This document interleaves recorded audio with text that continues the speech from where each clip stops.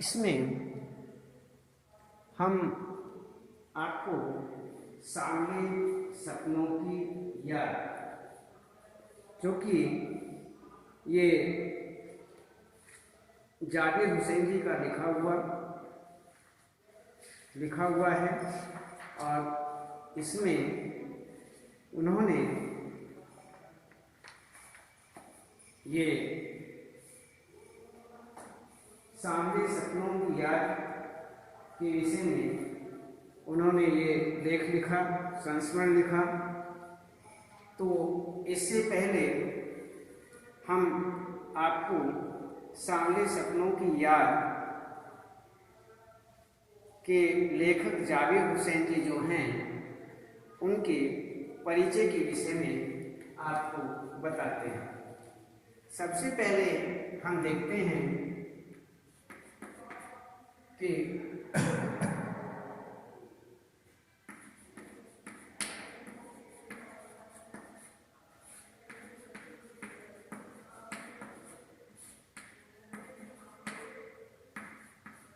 सामने सपनों की याद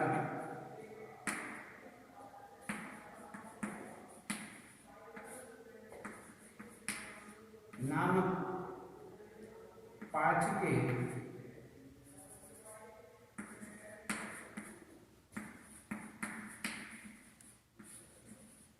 लेखक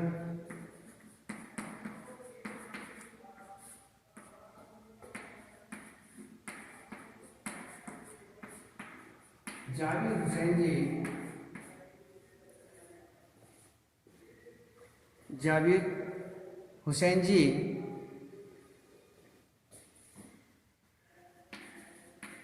का जीवन परिचय एवं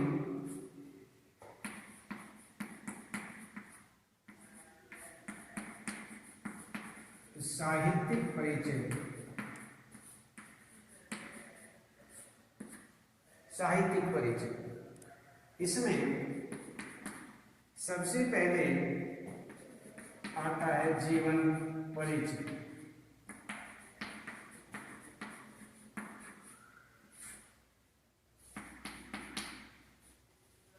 जीवन परिचय प्रमुख रचनाएं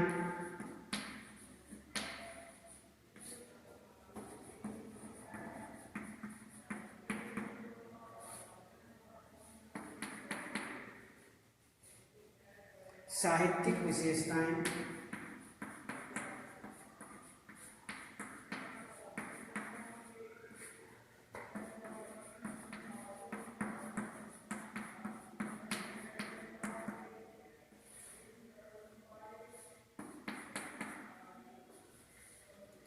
भाषा शैली।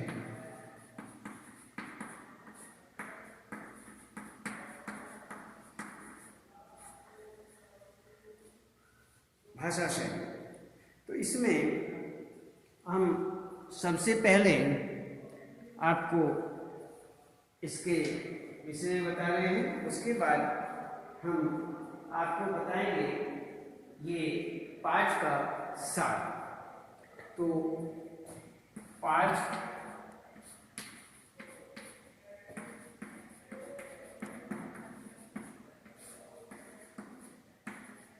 सारांश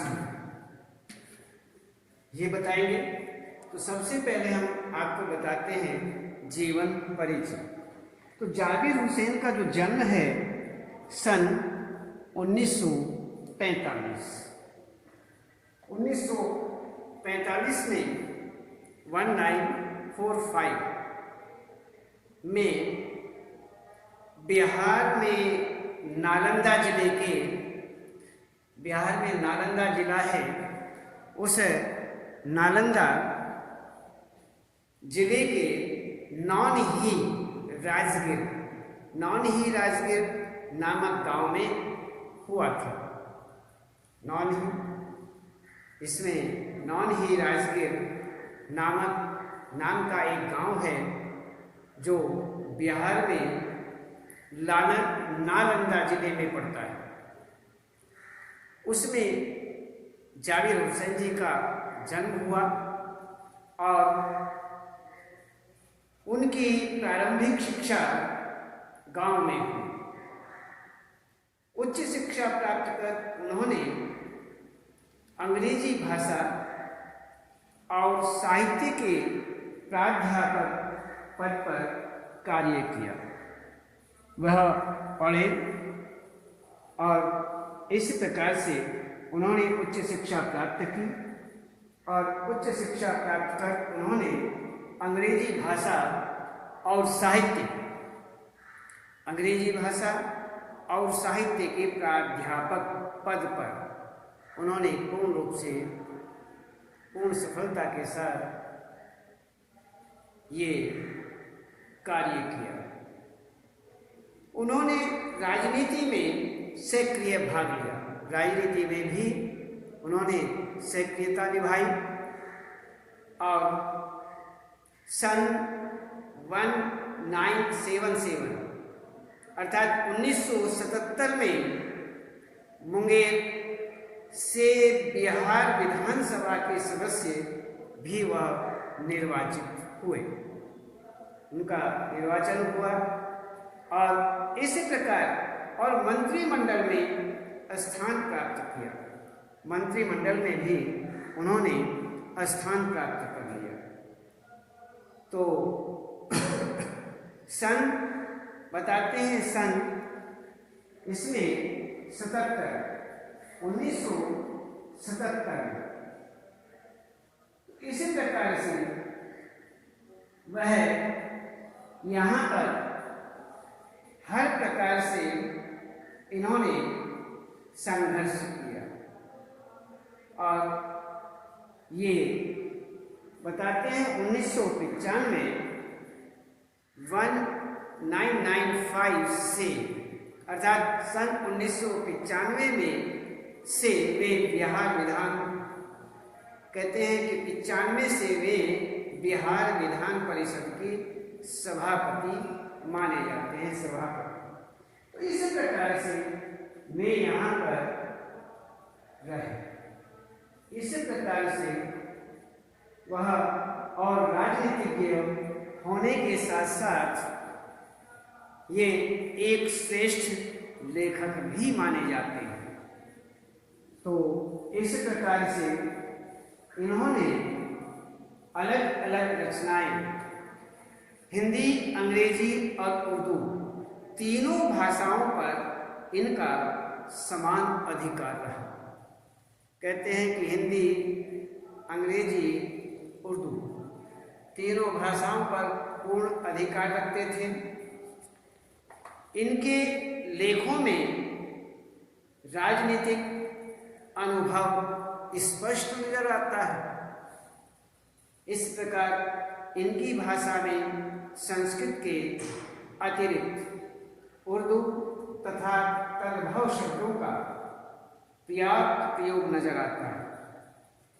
संघर्षशील, साधारण आदमी और विशिष्ट व्यक्तियों पर लिखी गई इनकी डायरियां जो हैं बहुत चर्चित एवं प्रशंसित रही हैं।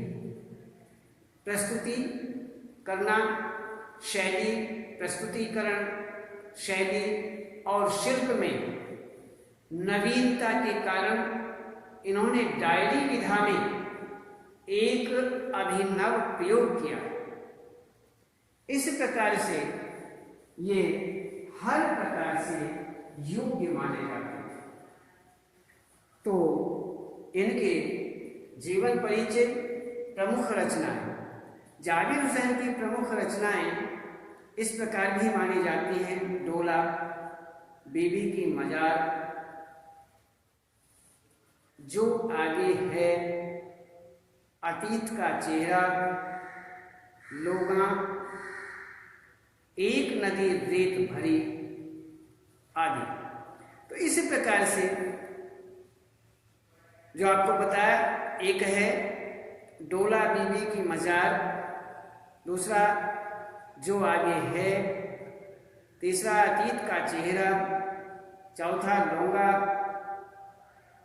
पांचवा एक नदी रेत भरी आदि आदि।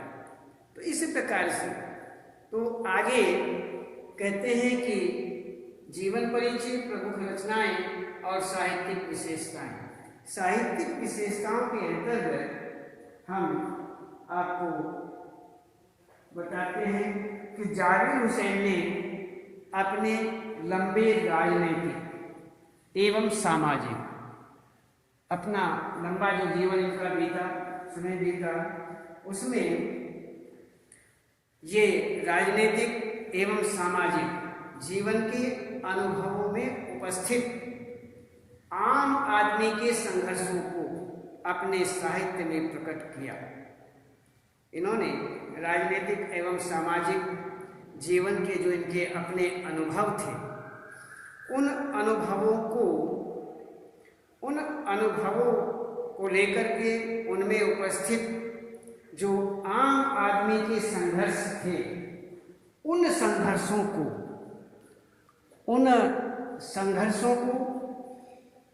जो आम आदमी के संघर्ष थे, उनको अपने साहित्य में इन्होंने प्रकट किया। उसमें अपने लेखों में इन्होंने वह लिखा है। तो इसी प्रकार से उनकी डायरियों में संघर्षरत आम आदमी और विशिष्ट व्यक्तियों के सजीव चित्रण की काफी चर्चा और प्रशंसा हुई। उन्होंने डायरी विधा में एक अभिनव प्रयोग किया जो अपनी प्रस्तुति, शैली और शिल्प में नवीन है। भाषा, ये हुआ हमारा विशेषताएं, साहित्यिक विशेषताएं। अब हम देखते हैं कि पाठ जो है उसकी भाषा शैली के, अर्थात इनका जो साहित्य रहा है, इनके लेख रहे हैं, वो भाषा शैली के आधार पर किस प्रकार से। तो जाबिर हुसैन ने सरल, सहज और भावात्मक भाषा को अपनाया। उनकी भाषा भावों को व्यक्त करने में सक्षम है। किसी भी प्रकार के भाव हों, उन भावों को सहज व्यक्त करने में हर प्रकार से सक्षम मानी जाती है। तो यहाँ पर कहते हैं जाबिर हुसैन का हिंदी, उर्दू और अंग्रेजी तीनों भाषाओं पर समान अधिकार था। भाषाओं के मिश्रित रूप से भाव चंचल नदी की तरह बहते नजर आते हैं। अभिव्यक्ति की शैली में सजीवता का गुण पूर्ण रूप से विद्यमान है। कहते हैं यहाँ अभिव्यक्ति की जो शैली है, उसमें सजीवता का जो गुण है, सजीवता प्रकट होने वाला जो गुण विद्यमान है, वह गुण यहाँ पर सजीवता का गुण जो है वो पूर्ण रूप से विद्यमान है। तो यहाँ पर इस प्रकार से यहाँ आपके सामने इनका जाबिर हुसैन जी जो सामने सपनों की याद नामक पाठ के लेखक हैं, इनका जीवन परिचय और साहित्य परिचय के अंतर्गत ये आपको हमने बताया। जीवन परिचय, प्रमुख रचनाएं, साहित्यिक विशेषताएं और भाषा शैली, ये हमने आपको बताया। और इसी के अंतर्गत आपके सामने अब हम ये बताते हैं कि इस पाठ में उन्होंने विशेष रूप से क्या प्रस्तुत किया है, अर्थात वह क्या बताना चाहते हैं। तो ये जो प्रस्तुत पाठ सामने सपनों की याद है, ये एक संस्मरण है। उनकी यादगार के नाते ये लिखा गया है। और ये जो प्रस्तुत संस्मरण लेख है, जाबिर हुसैन द्वारा एक डायरी शैली में लिखा गया। एक डायरी शैली में ये लिखा गया और इसमें लेखक ने सुप्रसिद्ध पक्षी विज्ञानी, एक सुप्रसिद्ध पक्षी प्रेमी रहे हैं, पक्षी विज्ञानी सालिम अली की मृत्यु से, सालिम अली थे, उनकी मृत्यु से उत्पन्न जो दुख व अवसाद हुआ उसे यहाँ पर व्यक्त किया। जो दुख हुआ, अवसाद हुआ, उसे यहाँ पर व्यक्त किया गया है कि वह एक बहुत बड़े पक्षी प्रेमी थे। विज्ञानी कौन से थे? सालिम अली। उनकी मृत्यु किस कारण से हुई, कैसे मृत्यु हुई, तो इस प्रकार से उसका विवरण उसको यहाँ पर व्यक्त किया। तो सालिम अली की मृत्यु के तुरंत बाद उनकी याद में उनका व्यक्ति चित्र अंकित किया गया। उनकी मृत्यु हो गई तो उस प्रकार से इन्होंने यहाँ पर उनकी मृत्यु के बाद उनकी याद में उनका व्यक्ति चित्र अर्थात उनका व्यक्तित्व कैसा था, इस को उन्होंने अंकित किया है। भाषा का इसमें प्रवाह है और अभिव्यक्ति बहुत ही आकर्षक है। कहते हैं कि हर प्रकार से यहाँ पर भाषा प्रवाह दिया गया है और जो भी उन्होंने व्यक्त किया है, यहाँ पर अभिव्यक्ति की है, इस अभिव्यक्ति के प्रति आकर्षण है, बहुत ही आकर्षक है, ये आकर्षक माना जाता है। तो इस प्रकार से यहाँ पर ये इसमें विशेष रूप से बताया गया है। तो अब हम आपको एक सार के रूप में ये बताते हैं, इसको आप देखिए। तो सबसे पहले हम ये बताते हैं,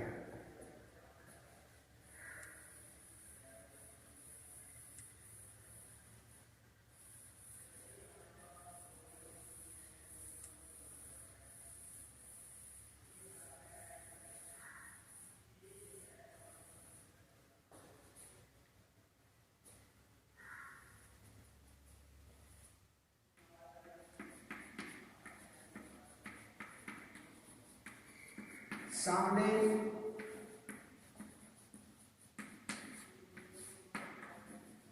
सपनों की याद।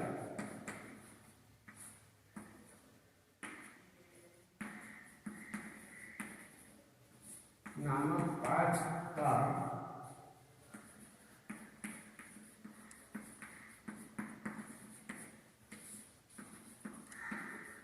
सारांश।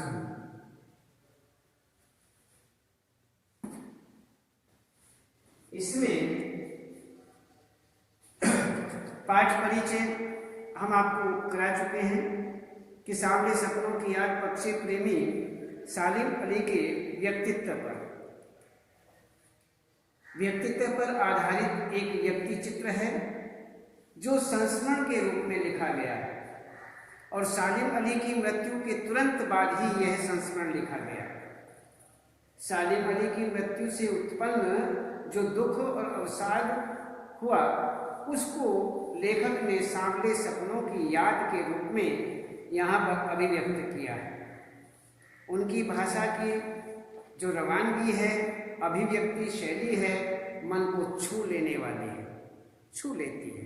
तो इस प्रकार से हमने यहाँ पर पाठ का जो परिचय है वह आपको बताया। अब हम पाठ के सार के रूप में आपके सामने प्रस्तुति करते हैं। तो सबसे पहले अंतहीन यात्रा।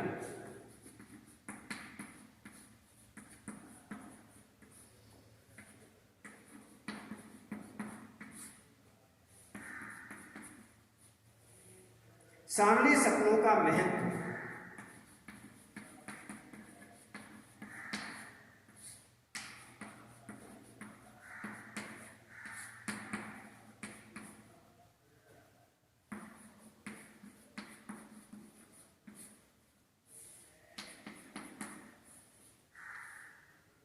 सालिम अली का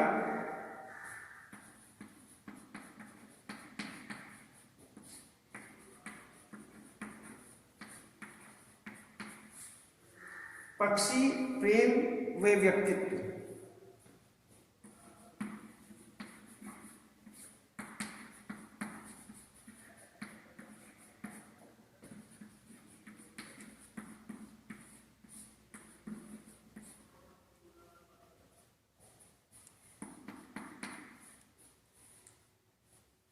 भूतपूर्व प्रधानमंत्री से भेंट।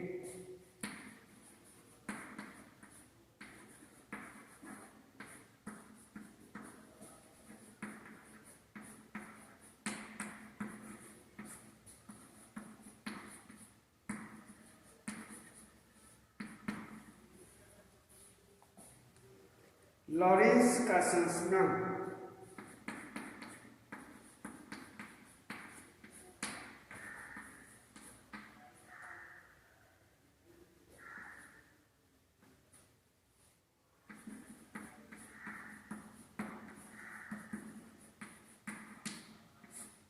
लॉरेंस का संस्मरण।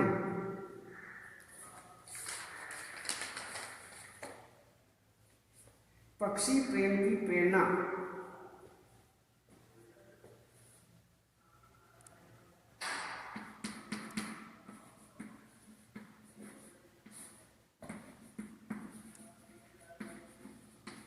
पक्षी प्रेम की प्रेरणा।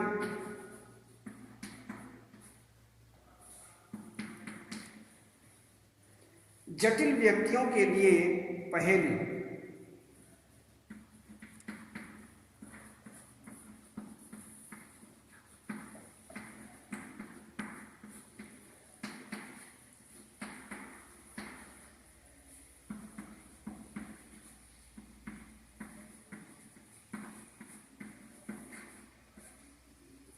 जटिल व्यक्तियों के लिए पहेली। तो ये हमारा हुआ कि सांवले सपनों की याद नामक जो पाठ है, इसका सारांश हमने इनके लेखक के विषय में आपको बता दिया। इनका जीवन परिचय पूरा आपको बताया, जीवन परिचय, साहित्यिक परिचय और अन्य रचनाएं और इनकी भाषा शैली आदि आपके सामने आई। और इस पाठ का आपको परिचय भी बताया गया कि पाठ में इस नामक सांवले सपनों की याद नामक जो संस्मरण है, इसमें लेखक क्या बताना चाहता है, क्या बताया गया है। और आगे आपको इस पाठ के सारांश के रूप में आपके सामने ये है। और इसके अंतर्गत आपसे बताते हैं कि अंतहीन यात्रा, सांवले सपनों का महत्व, सालिम अली का पक्षी प्रेम व व्यक्तित्व, भूतपूर्व प्रधानमंत्री से भेंट, लॉरेंस का संस्मरण, पक्षी प्रेम की प्रेरणा, पक्षी प्रेम की प्रेरणा, जटिल व्यक्तियों के लिए पहेली। ये हुआ हमारा सारांश के रूप में। अब हम इस सारांश के रूप में आपके सामने बताते हैं। अब इसमें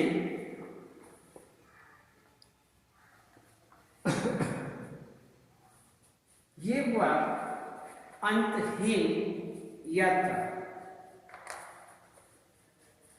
इसमें सालिम अली अपने कंधों पर सैलानियों की तरह अपने अंतहीन सफर का बोझ उठाए चल पड़े। कहते हैं जिस प्रकार से सैलानी होते हैं और वे घूमते रहते हैं और अपना वजन ढोए हुए ढोते फिरते रहते हैं, उसी ही प्रकार से अंतहीन, जिनके सफर का कोई अंत नहीं होता है, उनका सफर के का अंत ही नहीं होता ऐसे सैलानियों की तरह, यहाँ पर तरह बता दिया कि ऐसे सैलानियों की तरह जो सालिम अली हैं वह तो उन्हीं सफर का बोझ उठाए चले पड़े। वे एक ऐसे वन पक्षी की तरह प्रकृति में विलीन हो रहे हैं जो जिंदगी का आखिरी गीत गाने के बाद मौत की गोद में जा बसा। तो इसी प्रकार से यहाँ पर ये बताया, इसको हम और कल बताएंगे। आज केवल हम आपको इतना ही, और कल